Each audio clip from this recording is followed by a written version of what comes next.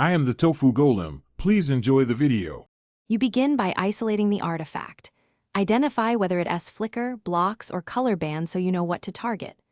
Run a quick baseline capture, 3 screenshots or a 10-second video so you can compare before and after. Then check temperatures and fan RPMs. Thermal stress often causes pixel errors. Once done, make sure drivers, OS updates, and game/app versions are listed. Start with software checks first because they are fastest to reverse, then move on to hardware if needed. You should perform a clean driver reinstall using the in safe mode to remove corrupted profiles. This often resolves shader or compression artifacts. Next, lower GPU core clocks by 50 to 150 MHz and run the same stress test to see if artifacts persist, because unstable overclocks reveal themselves here.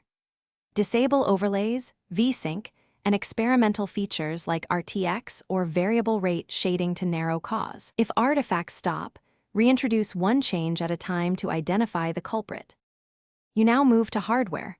Power down, unplug, and reseat the GPU and its power cables, then test another PCIe slot because loose contacts cause intermittent artifacts.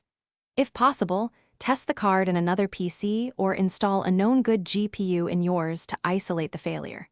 Run RAM checks like Memtest G80 to detect memory corruption.